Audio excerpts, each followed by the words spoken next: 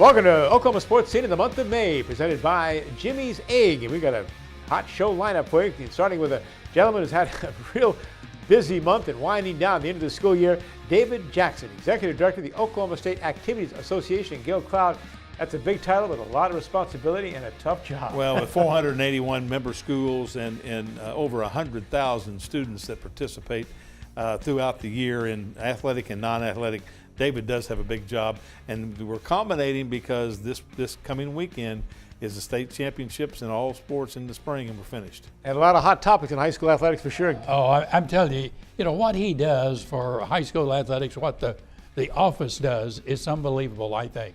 And the way it has grown in the last 20 years to where at one time, if you went to the state tournament, you were happy.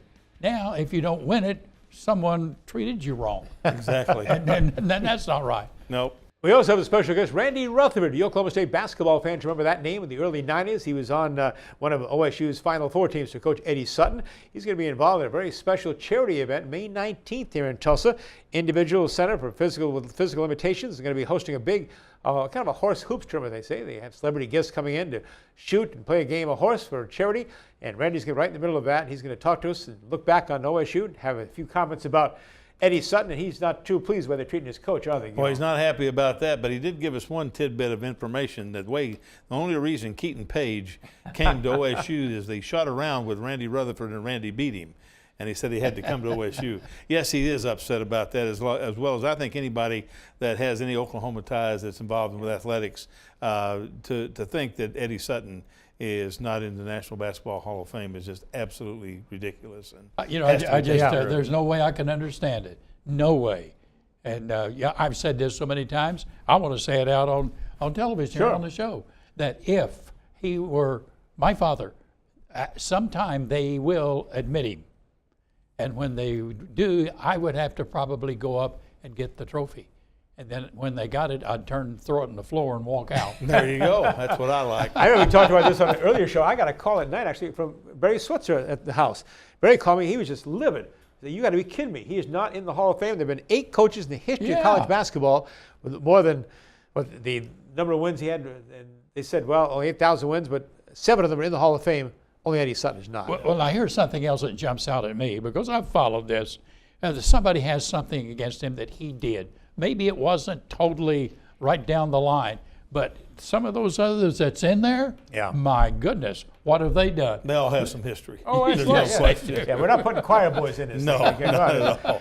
Also, of course, we just had the Run for the Roses, the Kentucky Derby on the first Saturday in May. By the time this show finishes up, we'll be having the Preakness Stakes, the second leg of the Triple Crown. We'll look back at the Kentucky Derby and look ahead to the Preakness, the Belmont, and the Triple Crown season. And we'll have Barry Lewis joining us. Of course, the coach, we always like to get his input and select our athlete and our coach for the state of Oklahoma for the month of April. And Barry always does a great job for us, and really looking forward to watching this rerun of the Kentucky Derby. Yeah. Justify comes in, and Justify, what an athlete horse, that thing. My goodness, you're coming down the home stretch, and it's just like he pulls away from the rest of the crowd. Very impressive. But now here's the thing. You lived in Louisville. I did. You did the Kentucky Derby. Well, you guys could really tell us some good things. I can remember going to the Derby. I was 10 years old. Well, Justify wins the Roses and the wettest Kentucky Derby in history, over 3 inches of rain at the Downs. It was an absolute mess there. We also going to look ahead to talking about not only that, but so many other hot topics, including, guys, the end of the Oklahoma City Thunder season. And now some of your thoughts, Coach, on, I don't know, a good season, bad season. They finished up 48-34 for the regular season, 4th in the Western Conference, 17 games behind champion Houston, and they were one and done in the first round of the playoffs, being knocked out of there by Portland. I tell you, Chris, I think the most unique thing about this basketball team was they come down to the last 4 games of the year, and they've got to win at least 2 of them to get in. And they run them. Yeah. At the end, and you think, where was that team through the other 42 games during the year, and how come that didn't occur? They had a missing ingredient, and I think they're going to have in the offseason, they're going to have to find what that ingredient is and put it with it. And, they have some players. I mean, they got the Paul George situation and the Russell Westbrook and Carmelo. Yeah. And what I keep hearing from different sources Carmelo could go, and that would be good. I correct myself. It's not Portland. They were 1-4 against Utah. They went on that first round, losing to Utah. But that is the question mark. Are they going to keep Paul George? I don't think they'll probably get rid of that Carmelo Anthony contract. I mean, you know, I think the whole key goes back to Russell Westbrook, because now he's a 10-year veteran, and when he is playing and playing well, unbelievable. When he's not playing well, he's not very good. And the others, I don't think they can ever get in rhythm with him. And as a result of that, that's why they couldn't win and advance in the playoffs. Next one coming up for us, the Oklahoma City Thunder come to Tulsa, by the way. They've already announced their preseason exhibition game for next season. They'll be here on Sunday, October 7th, and the Thunder will be taking on the Atlanta Hawks. In future shows on Sportscene, we hope to have some representatives from the Thunder over here to talk more about the basketball season and the future for the Thunder team. Guys, another big event, the NFL Draft just wrapped up. Baker Mayfield, the University of Oklahoma quarterback, went #1. That kind of shocked a lot of people. Your thoughts on that? You know, I thought that he was a #1 draft pick. He's a winner. You challenge him, and he feels challenged, and he'll rise to the occasion. I really think he's had a bad rep. I read all these things in the paper about he's like Johnny Manziel. Well, he's so far from Johnny Manziel and character and ability to accept a challenge. I don't think there's any question. It may take him a couple of years because you have to have that apprenticeship as a quarterback in the NFL. And you're going to the Cleveland Browns. And the Cleveland Browns. Wow. And I hope they have a left tackle to protect him, you know. Well, you know, the thing that bothers me about it is the fact that Cleveland has been so bad. They've won one game in the last 2 seasons. I Coach. know. And you know, he has had, I think, a good line at Oklahoma. And he wasn't just getting absolutely admonished every time. But up there, my goodness, how much can he take? I'm really worried about it. One of the pundits were talking about the draft, and they said that how much input did Hugh Jackson have, the coach? And the guy said, how much would a guy who's 1-31 have? Yeah. Not much. How does he have a job? Exactly. You know, I want to congratulate, of course, Oklahoma State's great quarterback Mason Rudolph and James Washington. They're going together to the Pittsburgh Steelers, and Ben Roethlisberger didn't care much for that. Well, I thought that was interesting because I did not take what Mason said. I think the way he took it. Yeah, I know. He said it's not for him to tell me how to play. Yeah. It's for me to watch and see how to play. Right. And so then Roethlisberger makes the statement. Crazy. Well, I guess he doesn't need any of my help. Well, that's not what he said. No. You know, I think Mason Rudolph really fits what they really want as a quarterback in professional football, and the fact that he's not real fast. He's not going to be running. He's going to be a passer, and he's tall enough to see. I think even though he didn't go high in a draft, I think in the end that he's going to be very happy. I think they got a steal. I do too. I do. Hey, by the way, since 2000, 87 Oklahoma Sooners have been drafted by the National Football League. That is 21 more than any other Big 12 school. OU and LSU are the only 2 programs in college football with at least 4 players picked in the NFL draft in each of the last 11 years. When we come back, we'll have much more here, including a section you really want to be tuned to because we have the executive director of the Oklahoma State Activity Association and has some amazing things to talk about that impacts all high school athletes and those involved in so many activities in this state. So stay with us. Welcome to Jimmy's Egg.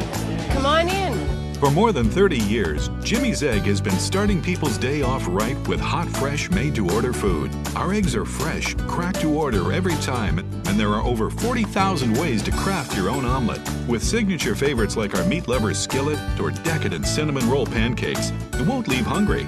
Breakfast and lunch is available every day from 6 a.m. to 2 p.m., so stop in today and let our friendly staff serve you. Stop by and see us sometime. It's got to be real barbecue, right? Not some frozen meat cooked who knows where, who knows when, and then trucked in. No, it's got to be the finest cuts. It's got to be a lot of choices, like 9 different meats. It's got to be fast for dine-in, carry-out, or catering. It's got to be smoked fresh right there that day over aged pecan wood. It's got to be the place where all the barbecue wannabes take a back seat, because they can't compete. It's got to be real barbecue, right? It's got to be Billy Sims. Billy Sims Barbecue. Eat like a champion today. Welcome back to Oklahoma Sports Scene. We have a very special guest today, a good friend of ours and a guy who has a tremendous job across this state of Oklahoma with all the high school activities, both athletic and non-athletic, the executive director of the Oklahoma Secondary School Activities Association, David Jackson. Welcome, David. Thank you. Thank you very much. It is one of these times of the year that we're all looking forward to. We got one more week, don't we? We do. We are on the countdown to the end of the season and the end of the school year, and we are up to this point very pleased with how things are going. We had some specific goals we wanted to achieve amongst our 482 member schools, and for the most part, we feel like that we were able to achieve some of those goals, or most of them. In 22 years that you've been at the association, what do you think the biggest changes that have occurred during that time?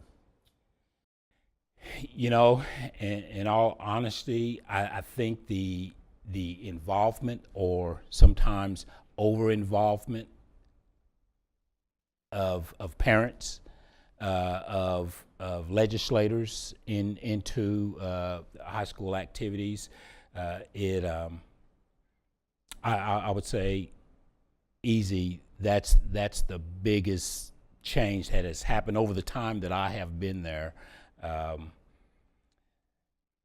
You know, the students are going to be students, and they're going to do how they're led by the adults, what's modeled for them by the adults.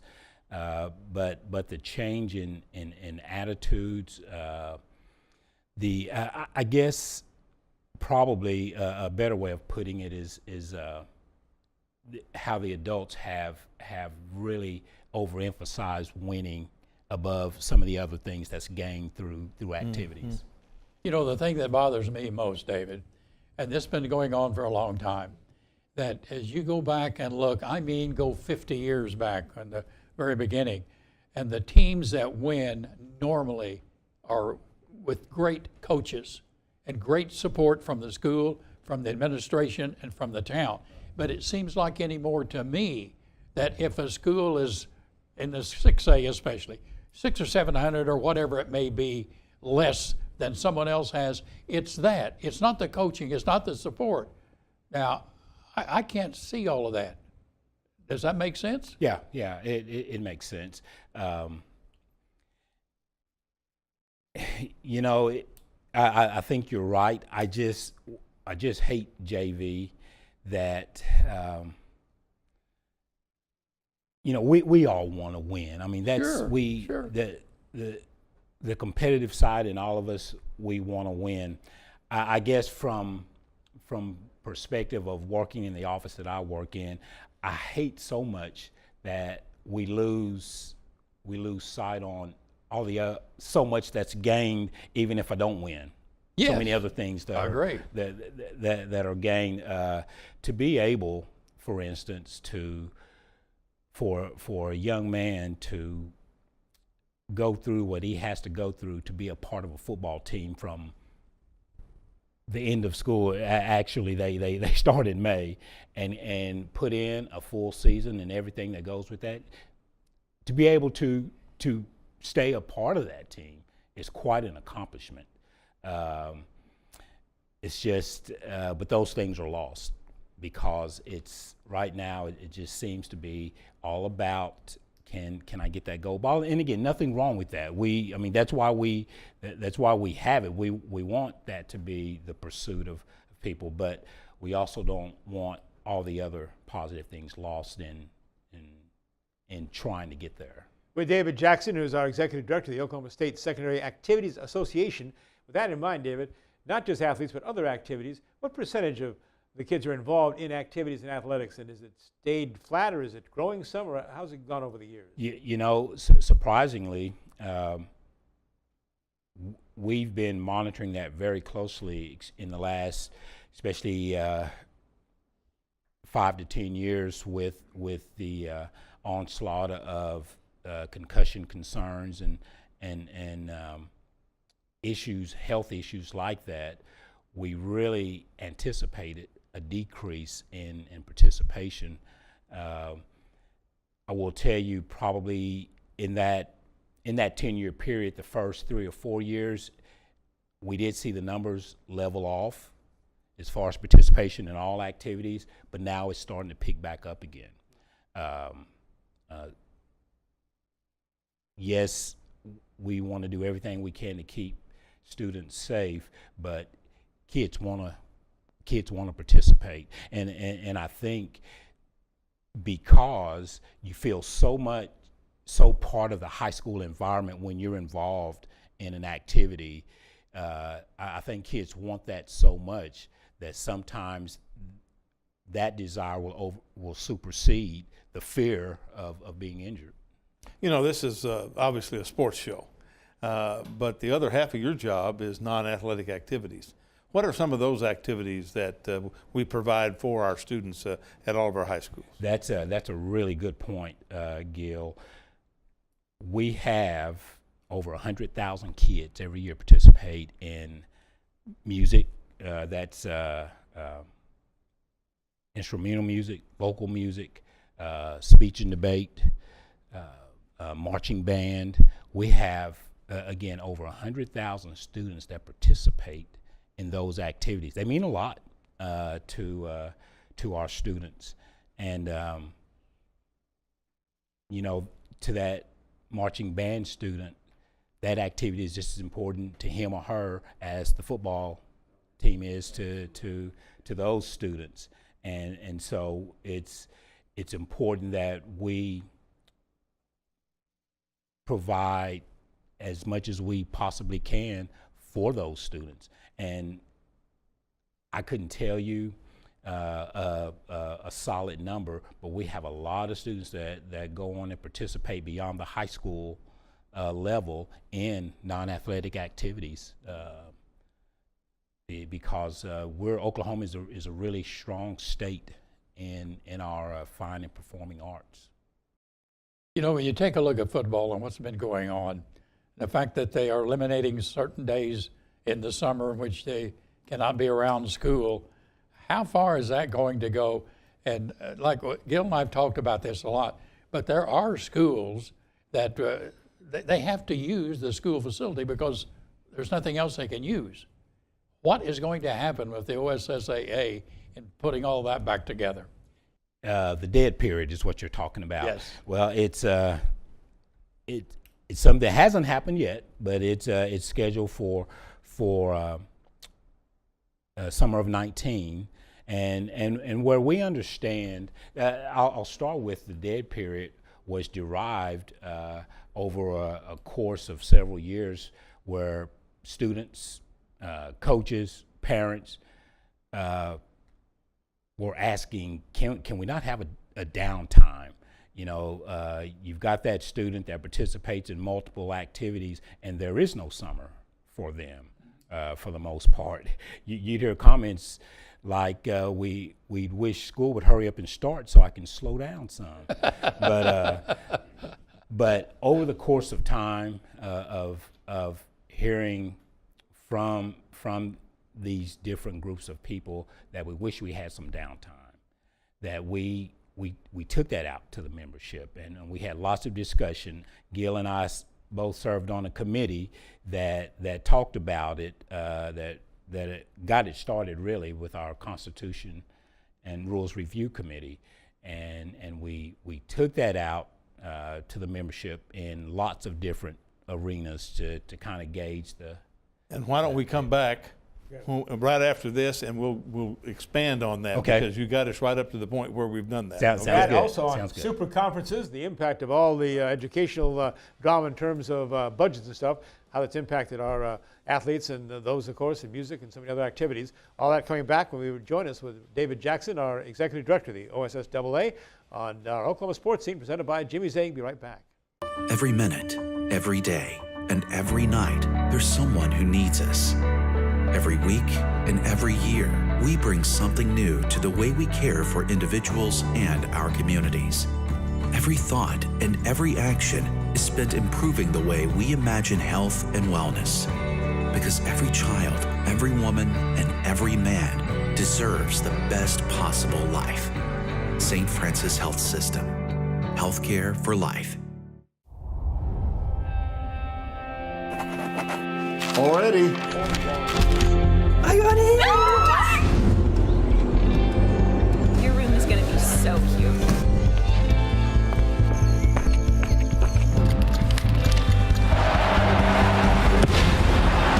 pace setter in higher education and leads the nation in the number of National Merit Scholars enrolled. Your journey continues here at the University of Oklahoma. Welcome back to Oklahoma Sports Scene. We were just getting ready to get into the crux of the dead period, which probably is a little controversial statewide with some places, isn't it, David? Without a doubt, it was, because I think the concept was pretty well accepted by most. You know, people did accept the fact that, yeah, we need some downtime. The issue became, in the details, the when that occurred and how much time would be involved in the dead period. What was initially discussed was a 2-week time frame centered around the 4th of July. The first, actually, I believe it was July 1st through the 14th is what was initially discussed, a 2-week time frame. And it didn't take long before we heard all the problems that would come from a time frame like that. And there were issues or concerns with the amount of time, a two-week time period. There were concerns about the timing of that, what you're doing to the football teams as they prepare to go into the fall season, and some of the other fall activities. Just lots of different concerns with shutting the facilities and the kids and the coaches down at that time. Again, as we sense that we still like the concept, let's just try to let's work through the details that might work for everyone. So through a series of surveys, we discussed another time frame a little earlier than the July 1st date. We talked about narrowing the time frame from 2 weeks to 1 week. And bottom line, we got to a point where we sent out the final survey. Again, we did a series of surveys, and we finally got to the point where it looked like we either wanted a 1 week time period that included that 4th of July week, or the other option was let's not do it at all. And the results came back. We had more of a response on that particular survey than we did any other item we've ever surveyed. We ended up with a 78%, I believe, return on the survey, and 68% of those indicated they would like that 1 week on the 4th of July. So that's what we're going to try. This is something that is in our board policies. That's what we're going to start with in the summer of 2019. We'll work it from there. If the schools tell us, nah, this is not the way to go, then maybe we'll try something. I want to get and to answer to JV's question, though, there will be a waiver process for those communities that have a facility that's the only facility in town. That's right. Because that's a major concern, and that's something that we absolutely understand. There are a lot of towns that baseball facility may be the only facility for anyone to use. So it's not that the dead period is not intended to get into those type of things. The intent is to give the coaches and the kids a break from each other. Will there ever be maybe a tighter situation to where classes, say, below 5A would go one direction, and the 5A and the 6A may go another direction instead of all of them the same? In a different time frame? Yeah. We'll see, after we try this, after we do it for that 1 year, I'm sure that we'll have, the membership will give us lots of different suggestions about it.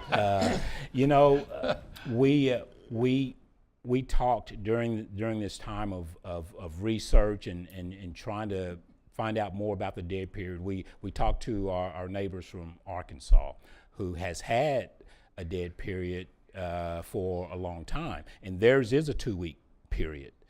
And they indicated to us that when they first implemented theirs, they got the same type of pushback.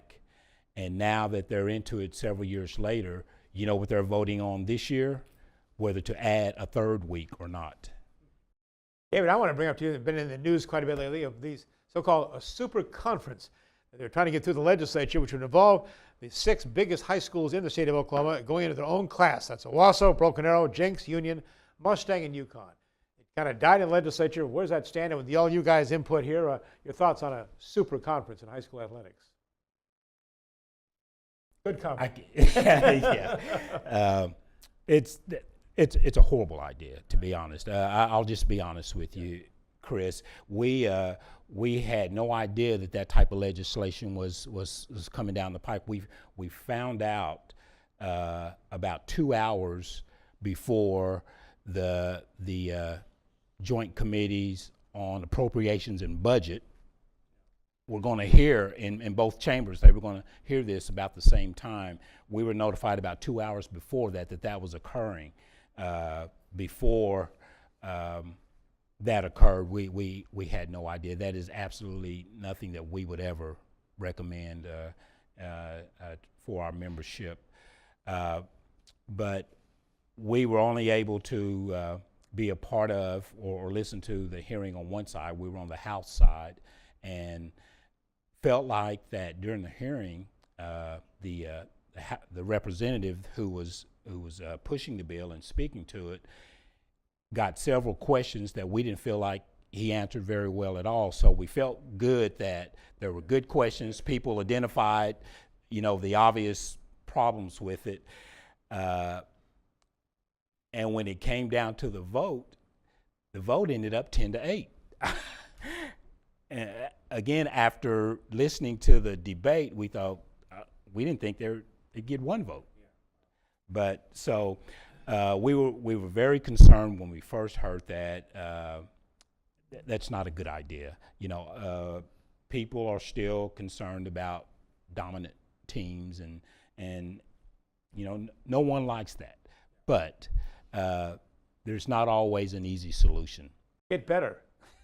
Well, let me say this, and I think that's the thing. There was a blog that was out, and Mike Brown was involved, and he actually said amen to my comment. And my comment was, we have so many other important things for the legislature to be taking up that are real problems for this state, and we're worried about 6 schools in the super conference. You got to be kidding me. That's as blunt as I can put it. It's ridiculous that we even have that debate on the floor to waste our time. Gil, we often, when we're down at the legislature, try to educate and we send the message that if you have any questions, come to us. But this organization, the 482 members, will govern this. If they want rule changes, if they want policy changes, something that has to do with classification, there are mechanisms in place in which the membership can make those changes. We really do not want the legislature to dictate those to us. I would think not. Have a gift for David here? Well, I tell you what, David. Good stuff. Thank you for coming over today. I know it's a little bit of a trial, but we want you to have breakfast at Jimmy's Egg, our great title sponsor. Hey, listen, I thank you very much. Love it. Thank you, David. Good news for you, too. Jimmy's Egg has 17 locations in the Oklahoma City area, 3 in the city of Tulsa here as well. Visit Jimmy's Egg, open 6 a.m. to 2 p.m. every day. Anything on the menu, you can get it any time of the day you want. Breakfast and lunch served all day. And you want to be mom's favorite? Well, get ready for Mother's Day. On Mother's Day, they'll give her a coupon for a free entree on her next visit. And also Pancake Happy Hour. Half-price pancakes from 11 to 2 p.m. Monday through Friday. Doesn't get any better than that. Jimmy's Egg has everything for you. And everything else that you need is in the Greater Tulsa Reporter. JB talks about that. Absolutely. While you're at Jimmy's Egg, you may read the GTR, because Forrest Cameron's done a tremendous job in putting things together in metropolitan Tulsa. He has 6 of these papers out. So if you want to read something about the politics, if you want to read something about religion, if you want to read something about the economy, sports, you name the subject, and you can find it in the GTR. And then something that I always look, he has a monthly schedule of activities that goes on in metropolitan Tulsa. Sometimes you can't find it, but you can always find it in the GTR. Welcome to Jimmy's Egg. Come on in. For more than 30 years, Jimmy's Egg has been starting people's day off right with hot, fresh, made-to-order food. Our eggs are fresh, cracked to order every time, and there are over 40,000 ways to craft your own omelet. With signature favorites like our meat lover's skillet or decadent cinnamon roll pancakes, you won't leave hungry. Breakfast and lunch is available every day from 6 a.m. to 2 p.m., so stop in today and let our friendly staff serve you. Stop by and see us sometime. I bring Tulsa's voice to Oklahoma City and Washington. I build relationships with elected officials and community stakeholders to develop policies that grow the Tulsa region. I loved my time at Rutherford State University. The personal relationships I developed with professors really helped develop a skill set that would help me serve the Tulsa region that I care about. It all started for me at Rutherford State University. Coming up on May the 19th in Tulsa at the Center for Individuals with Physical Challenges, do their second annual Eddie Sutton Challenge, Shoot for the Center. Celebrities from all around the area get together, challenge each other for money on the line, all going to the center and stuff, to shoot a game of horse, or hoops they're going to call it here. They got one of the best ones representing Oklahoma State University from their national Final Four team back in the early 90s, Randy Rutherford. Randy, good to have you here. Welcome. Thank you. Glad to be here with you guys. This should be a good time. I noticed they've got you matched up with Keaton Page, the hot shooting all-time scorer that beat Coach Boynton in this challenge last year. Are you concerned about that? Oh, well, I look forward to the challenge like always. I got one up on him on his recruiting visit. I beat him in a game of horse, so I got one up on him right now. So you beat him on the recruiting visit and he still came? Yes. Yeah. That was the whole key. If I beat you, you got to sign. There you go. Good. All right. Let's go to some of your background, some of the glory years of Oklahoma State basketball, all those seasons, 92, 95 with Coach Eddie Sutton. Absolutely. I mean, that was a great time with some great guys on the team, and we're still friends now. I talk to those guys all the time. I spoke to Pierce this morning. So, you know, it's great memories back in the day in the early 90s. It was good basketball. Well, when you take a look at what Eddie Sutton has done over and the way they're treating him now, as a former player, what's in your heart over this?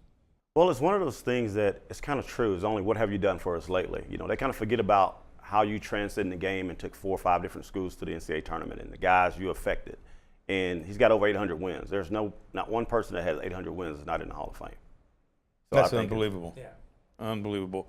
What do you think it'll take, Randy, for him to get to that level? I think the people who's making the decisions have to look at his body of work. It's got to be what he done as a coach, and only that. And if you do that, there's no way you can justify him not being in the Hall of Fame. Got to ask you about the new Oklahoma State basketball coach. Mike Boynton made a really good impression. Came into some kind of troubled times there, but righted the program real quickly and has done a heck of a job. So far, what I've seen from Coach, I really like. I've got to know him pretty well over the past 2 years, and we got a good relationship. So I think he's got us going in the right direction. 21-15 in his first season JV. That, by the way, for Oklahoma State, the 36th time Cowboy program has won more than 20 games in a season. Well, that really didn't surprise me because the number of times that we've had the opportunity to visit with him, and he comes over to Tulsa quite frequently and watching games, but he's like a high school coach. I mean, he wants to visit with people. He wants to visit with the players, and they have to have that same attitude when they are practicing for him and giving him 125%. You know what really impressed me about him, of course, he was on our first show, and I saw him at the Tournament of Champions, and I said, you know, you were on our first show and you had a great year. He said, I want to be on your first show next year. Right. But what really impressed me about him, Randy, was during the Tournament of Champions, they played in West Virginia. Mm-hmm. And he flew back from played an afternoon game. He flew back from West Virginia and was at the Mabee Center for the 6 o'clock game that day. Well, that's one thing about Coach I will say is that he's very mature for his age. I'm a little bit older than Coach, so what I'm saying that is that he understands what you have to do to get good players. You have to be young and energetic and grinding every day. What the rules are now, you got these transfers coming in, and that's kind of new for Oklahoma State to have all these new guys coming in. But I think it's just the way the game is changing, and you have to be ready to accept it and move with it. And 21-15 in his first season, and really impressively, he equaled the all-time 15 home court win streak, winning record of Oklahoma State. And boy, it's just great, though, and to see one of the great basketball venues in this nation back alive and full again, and a lot of rocking as the old Gallagher was. Well, that's one thing that brought me back to going to games. I went for a while, but the last 2 years I've been back, and it's reminds you of the way it should be. Like when you go to Gallagher, it should be loud, exciting, and fun-friendly, and family-friendly. So I'm excited about what he's doing. Well, it seems to me like that as we look back at so many coaches, that especially when a new coach comes in, maybe he doesn't blend in with the community. You know, as far as I'm concerned, Mike is blended in not with just the community, he's blended in with the state. I've not heard one high school basketball coach say anything negative about him, and that is good. That is huge for him. I mean, Oklahoma State is known for getting the best players in Oklahoma, in my era, and that's the way I think to be a good coach in Oklahoma, you got to get the player of the year at least once every other year. And so the coaches respect him. I think he knows what Oklahoma State basketball is about. He knows what the community is about, and he's taking an approach that way, and that's why the people are falling in love with him. And Gil, we've got to give Oklahoma State credit. Mike Holder, President Hargis, the Board of Regents, that really stepped up, recognized Coach Boynton's talents, didn't want him to get away like we had just recently, and just extended to a new 6-year deal worth $11.5 million through the 2024 season. And that's based on commitment. Yeah. They're going to commit to a good young man. Absolutely. Who's done a good job, who's blended well with the community and with the alumni. And you want to keep somebody like that happy. You want to keep them on your campus and moving the program forward. I think that speaks volumes for what Mike Holder, who we've had on the show as well, right. And he understands in this day and time the economics that are involved in intercollegiate athletics are critical. We had both he and Joe Castiglione on, and they talked about how much money can you spend? I mean, you know what? It depends on how much you raise. Absolutely. That's the bottom line. That's the bottom line. And it's all, again, Randy's going to be a big part of the second annual Eddie Sutton Challenge. They're shooting for the Center for Individuals with Physical Challenges at their center there on Utica, coming up on May the 19th. It's going to start in the morning, 9 to 1 p.m. with a challenge, in fact, for $250. You can shoot and try to beat Randy Rutherford and some of the gang there. Also, Natalie Cash. Yeah, Ms. Cash will be there too. You know, she does radio and she played at OBU, so it's Right, going to be for some of the ladies that want to go out there and get a challenge. You have a good challenge on her right there. And you have some great lineups here. Some of the lineups that are going to be taking part in this, and they get to the challenge itself starting at 1 to 1:15. Scott Sutton, the OSU assistant, of course, now against Spencer Sutton. That's what his nephew, Earl Roberts. Oh my gosh. Yeah. We have Keaton Page again. We talk about Randy. That gun's going to be at 1:30. Our buddy John Holcomb will take from Channel 6, goes against Kate McFarland of Channel 2. We'll have Matilda Mossman, women's head basketball coach at the University of Tulsa. She'll take on Misty Cousin, Oral Roberts University women's basketball coach. We got our Tulsa World guys. How about Jimmy Trammell against John Klein? Oh my goodness! Wow.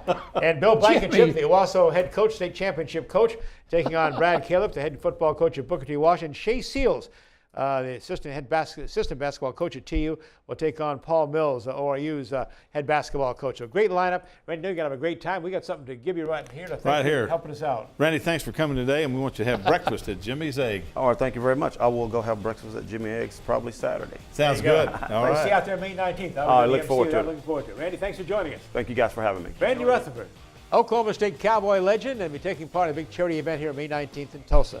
Back with more in just a moment on our Oklahoma Sports Scene presented by Jimmy's Egg. 30 years ago, a race began along a quarter mile of dirt and dreams in Oklahoma City. Today, with the biggest prize money and the best horses, that glittering quarter mile is home to the best quarter horse racing on earth. Remington Park proudly presents our biggest quarter horse season ever, celebrating 30 years of hard racing fun. World's best, OKC's own, Remington Park. Rising from the plains of Oklahoma is a destination for scholars and thinkers, dreamers and doers. This is where hope, hard work, and integrity create tomorrow's catalyst for change. And excellence is the standard demanded not only of your head, but your heart. This is Oklahoma State University, America's brightest orange. There is no limit to what we will do to help the next generation. As Oklahoma's only affiliate of St. Jude Children's Research Hospital, we are able to deliver state-of-the-art treatment and the most innovative clinical trials to kids with cancer and blood disorders. This is truly world-class care, right here at home. The St. Jude Affiliate Clinic, at the Children's Hospital at St. Francis. Healthcare for life. The Triple Crown is underway with the running of the Kentucky Derby on the first Saturday in May as Justify became, unbelievable, the 6th favorite in a row to win the Kentucky Derby. That hadn't happened since the late 1800s. All right, best friends in racing, though, not surprising. Trainer Bob Baffert won his 5th Kentucky Derby. Mike Smith, great veteran Hall of Fame jockey, won his 2nd. Justify in the slop with those nice white silks out in front, stayed clean the entire race. It's worth taking a look at. Justify in the Kentucky Derby, the 144th run for the Roses. Let's listen to Larry Comas in the call. Bravazzo's down the center of the track, and then Audible on the inside, who's now up in a third. Justify, a 2-length lead as they come to the final 16. Good Magic on the outside is second. Audible third toward the inside, then it's still Regard. They're coming to the wire. He's just awesome. Justify has won the Kentucky Derby. Well, they said he was a super horse, but could he beat history? Remember, no Kentucky Derby winner had ever won the Roses unraced at 2 since way back in 1882 when Apollo did it. A lot of tried and nobody was able to do it. And they said, well, this horse can't win because he doesn't have the proper experience, doesn't have the depth under him. Well, it didn't seem to bother him at all coming down the stretch there at Churchill Downs. Well, I tell you, Chris, he just took the field and went outside, and like you said, he never got dirty. Yeah, kept them clean. I've never seen a race that it was raining and it was that muddy and that horse was on dry land. You know, Remington Park had a big day. Over 21,000 fans are at the racetrack in Remington to enjoy Kentucky Derby Day. Dale Day was giving some figures. They've had $1.3 million on the card, $784,000 of that on the Churchill Downs races there. And hey, we have our buddy, of course, he's on Oklahoma Sportscene, Lee Levinson, had a winner on Kentucky Derby Day. He won the 3rd race. Just looking at Lee, so congratulations to Lee Levinson. Horse is doing well. Well, glad for Lee, and you know, he was excited about it. Couldn't get to Louisville this past weekend, but his horse did run well. And you know, I thought all the races, I watched all of them all day long, and you know, the track just got worse and worse as the day got long. Yeah. And, you know, and I often wonder, they send the tractor out there to drag it. Right. Well, they're just dragging mud over mud. I mean, but I guess they smooth it out for the thoroughbreds so they won't sprain their ankles. Then they're sealing in. What's good about the thoroughbred, of course, they dig down into the base of the surface. It's safe, very safe to run on. The only thing they would ever stop it, of course, is lightning. But boy, they've never seen rain like that at Churchill Downs. No, I haven't either. And, you know, actually during the race, it didn't seem to impact any of the horses. No, not at all. I think the one thing that I did notice that what was an impact was they had talked about Mendelssohn early being there, and boy, did Mendelssohn get bumped coming out of the gate. I mean, just knocked the horse sideways. That was the horse that came from Dubai, won that UAE Derby by 18.5 lengths, was trained by one of the great trainers, Aidan O'Brien of Europe. They came with a lot of confidence, thought he'd do well, but you're right. He came got in slammed, last. Slammed at the start, and right then he was done. Yeah. He finished 75 lengths behind. And that horse, they paid $3 million for. Oh, $3 million for that horse. Now, I've got to ask you a question. Yeah. I've heard you say this before, that you bet on every horse. You always win. Did you do that this time? I've always had the winner of the Kentucky Derby. $2 to win, individual win tickets on the 20 horses. It's a $40 investment, and you can say, I had the winner of the Kentucky Derby. That's priceless, Coach. And you did that? I've done that. Oh, yes, absolutely I did. I just wish I'd bet Lee Levinson's horse, paid $15. By the way, guys, May 19th is the second jewel of the Triple Crown. We head to Baltimore for the Preakness Stakes, and I think it's going to be a short field. Not many people want anything to do with Justify. In fact, afterwards, the runner-up, Good Magic, trainer Chad Brown says, I don't want to see that horse again. Audible, the third horse, they're not sure if he wants to go again. They're scrabbling around in Baltimore trying to find horses to run against him. Well, the morning line said that there probably would not be any horses other than Justify that were in the Kentucky Derby. Wow. Usually, it's always usually 4 or 5 new shooters come in around Preakness time, but boy, that's tough. He was so dominant, though. You can't blame him. You really can't. Oh, I can't. Yeah, but every time one gets to that point, another one comes out of the darkness. Yeah, right, you never know. Wasn't it 2 or 3 years ago, though, that we talked about the one horse that had won the first 2 legs, and the owners were complaining because their horse had run all 3. The California Chrome people, right. Amazing. Hey, a reminder also, Remington Park wants to let you know Memorial Day racing. Post time is going to be set for 3 p.m. as they look ahead. And the final day of their 2018 quarter horse season, the best in all of racing, is set for June the 2nd. That's also going to be the date of the $1 million Heritage Place Futurity. So a lot coming up at Remington Park. Best racing in the entire state, entire area here. So get out there and support horse racing at Remington Park.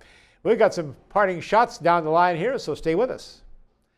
Before we get to that, though, I got to tell you about Jimmy's Egg. Jimmy's Egg, again, of course, has locations all around the state of Oklahoma. We mentioned we have 3 of them right here in the Tulsa area, another 17 in the Oklahoma City metro area.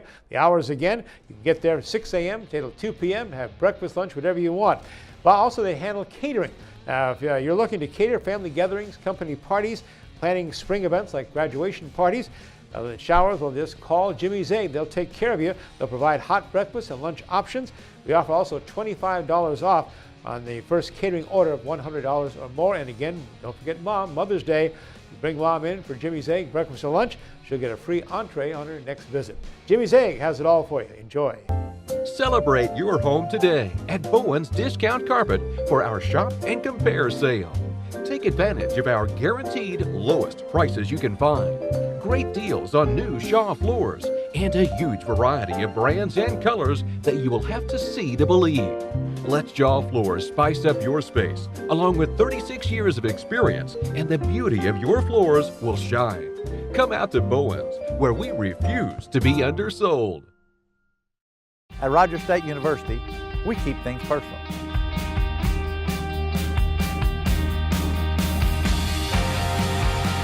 It all starts here. We make sure our graduates get the most out of their education. RSU has campuses in Claremore, Bartlesville, and Pryor, with on-campus housing and a wide variety of programs to suit your needs. It all starts here. Rogers State University. And glad to have you back with us on Jimmy's Eggs Oklahoma Sports Scene. And Barry Lewis, the Tulsa World, is here. Of course, he's their outstanding prep writer, and he always has for us once a month.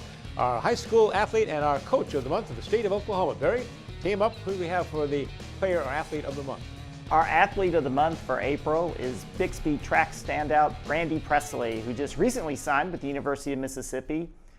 Brandy is the defending Class 6A 100-meter and 200-meter girls champion, and she'll be back ready to defend those titles this weekend.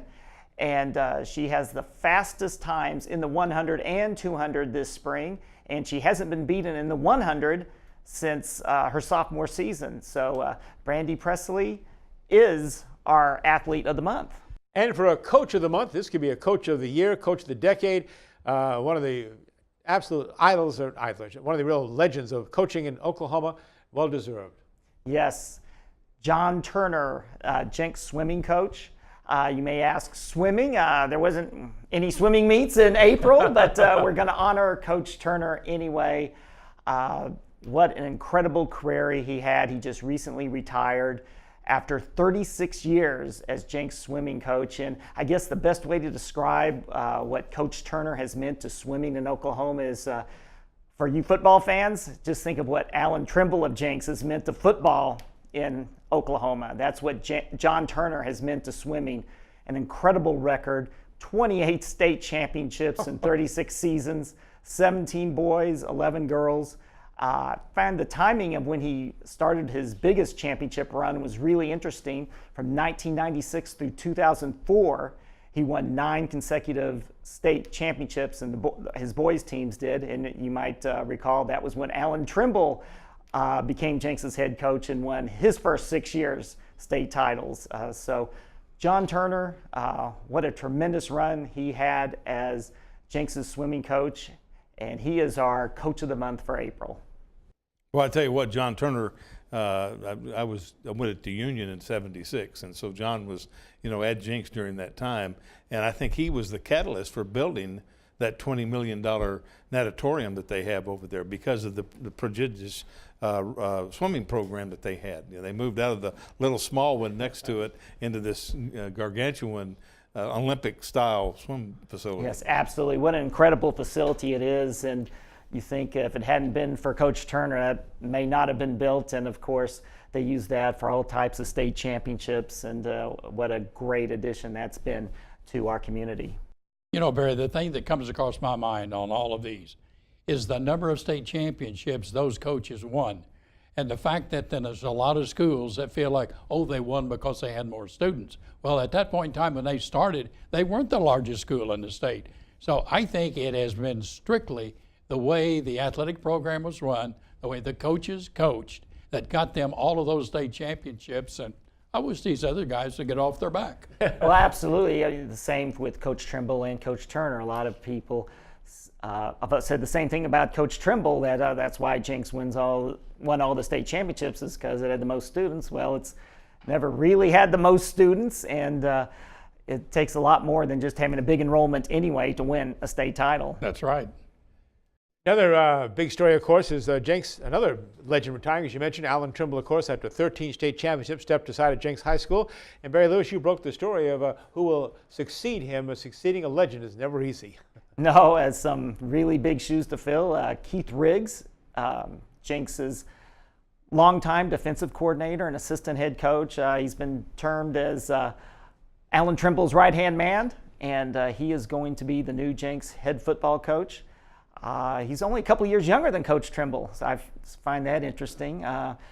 But obviously a lot of experience, has been a part of a lot of success at Jenks. I think it's a situation where I think it's going to be a fairly smooth transition, well, at least as smooth as a transition like this can be, because it's going to be hard for anyone to follow Coach Trimble as head coach. But the kids know Coach Riggs. The community knows Coach Riggs, and Coach Riggs knows them. So I think it will probably be the easiest transition possible in this situation.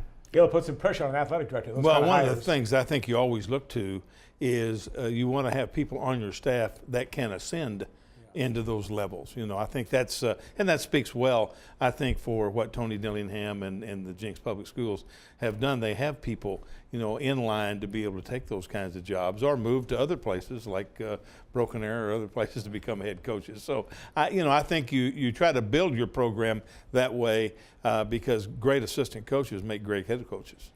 Barry, I know you and the staff are also working hard on the All World Awards. They're coming up on the 23rd of June, 5 to 8 p.m. at the Marriott Southern Hills. They'll be highlighting, of course, some of the great outstanding athletes throughout Northeast Oklahoma. So busy time for you at the paper and all your colleagues there. Yes, and we've got a lot of big decisions coming up determining our spring sports finalists, but we're all very excited about the second annual All World Awards with Denver Broncos All-Pro cornerback Chris Harris Jr. being the featured speaker. All right, excellent. Looking forward to that. We got a little present for. He has more Jimmy's egg than anybody else, doesn't he? You know, it just so happens that Barry always comes to our first show of the month, and that's the Jimmy's Egg Show. That's the player and coach. So, that's right. Enjoy one more breakfast at Jimmy's Egg. I can't get enough of these. I love Jimmy's Egg. Very great job as always. Thanks for getting us informed here, and looking forward to the big. All Worlds Awards, June 23rd, the Marriott Southern Hills. You can find out ticket information and all the information at the Tulsa World. Back with more on our Oklahoma sports scene right after this break. Welcome to Jimmy's Egg. Come on in. For more than 30 years, Jimmy's Egg has been starting people's day off right with hot, fresh, made-to-order food. Our eggs are fresh, cracked to order every time, and there are over 40,000 ways to craft your own omelet. With signature favorites like our meat lovers skillet or decadent cinnamon roll pancakes, you won't leave hungry. Breakfast and lunch is available every day from 6 a.m. to 2 p.m., so stop in today and let our friendly staff serve you. Stop by and see us sometime.